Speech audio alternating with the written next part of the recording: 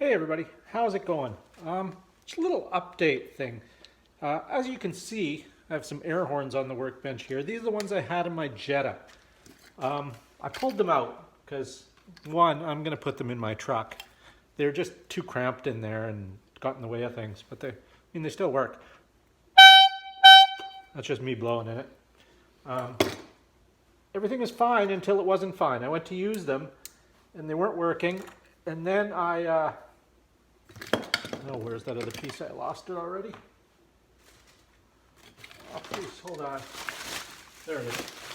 So I was looking to see what was wrong. So I thought maybe something came disconnected. I'm feeling around under the hood there, and I find the relay. There's the relay, right? Looks right. All the connections were on there. Everything was good. You know, the connections were all solidly crimped. Nothing was shorting out or anything. This thing was super, super hot. Super hot. So I go to pull it out, and lo and behold, it just, this comes right out the bottom. I had this screwed to the car right there with that mounting tab. And so I went to pull off one of the connectors off of here and just pulled the whole innards out. And you can look, it's burnt in there and melted.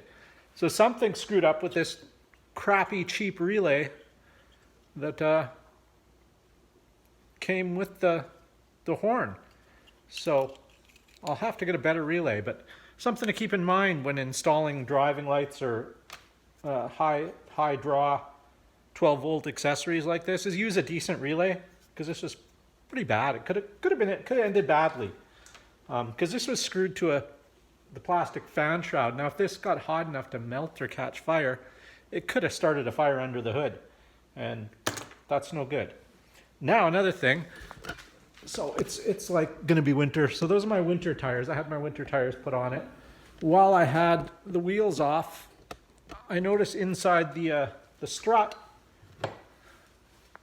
this is sitting in there in the spring perch. Broken leaf spring. Go to the other side, exactly the same. Look at, very odd how they broke in exactly the same place. The brakes are pretty much the exact same angle. I bet you if I weighed these things, they'd even weigh the same. They're like pretty much exactly. This is crazy. It's still drivable because this is only like a bottom perch. I will be replacing the struts obviously, but for now it's going to get driven like this. Hey, a poor man's lowering kit. Just break the springs. Anyway, while I have you guys, picked up a few things today at Princess Auto on sale. Battery operated pump. I had one of these in the garage that I used for all sorts of things. They're very handy little pumps. They're just a little battery operated pump. I may have even done a video on it. I don't know.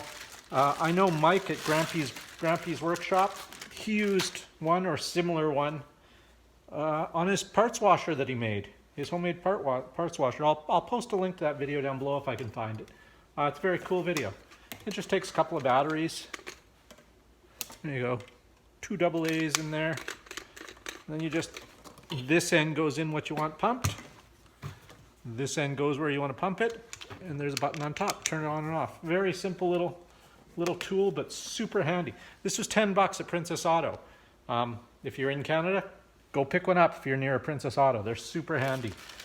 I loved mine until my wife took it over and used it for when she drains the hot tub. She used this to get the last bit of water out the bottom. So didn't want to be using it with other chemicals and mixing that with the hot tub. The other thing I picked up at Princess Auto, something I always pick up when I go there. Beef jerky, Jack Link's peppered beef jerky. This is the shiznit, the stuff. I'm having a hard time finding the peppered stuff anywhere. Safeway, Save On Foods, Food for Less, all those places. None of them have the peppered. I don't know. The only place I can ever seem to find it is Princess Auto. The other thing I picked up was, I can't find mine, so I picked up another feeler gauge set. Nice packaging, eh? I prefer this than the ones that slice your hands open. But yeah, this was like $5. I use it when working on small engines for setting the valves, that type of thing.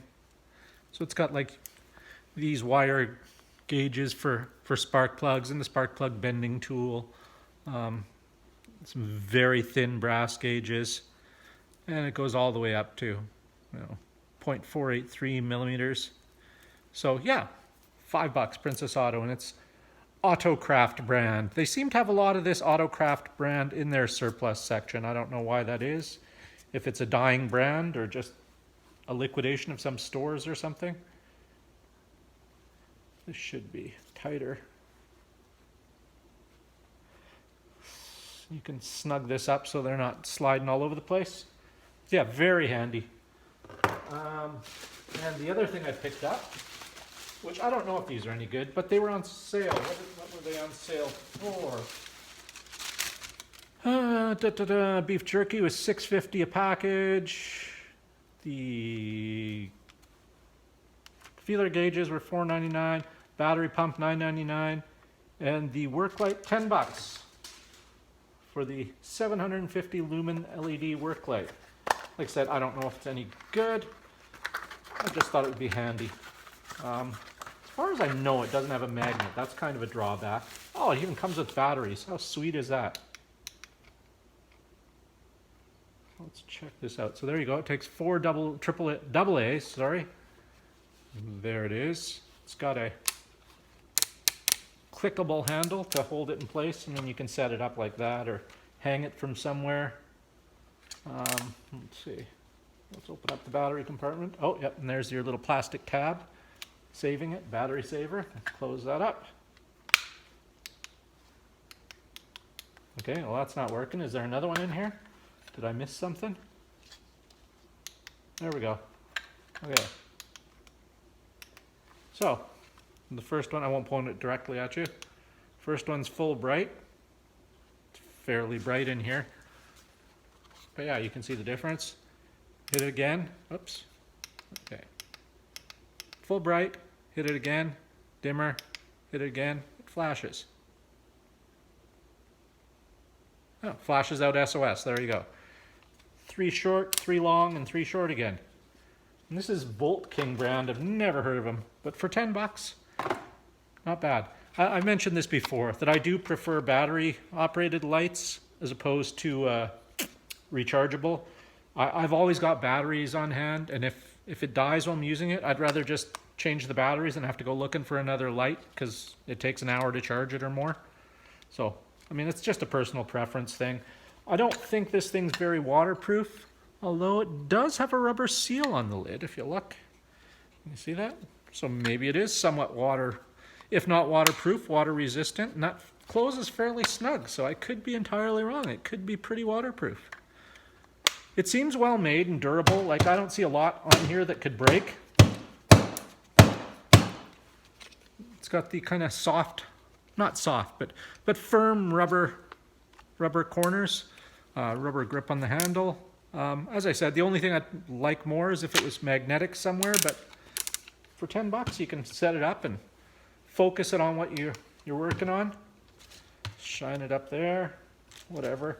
You know, if you're working under the hood, you can just set it down.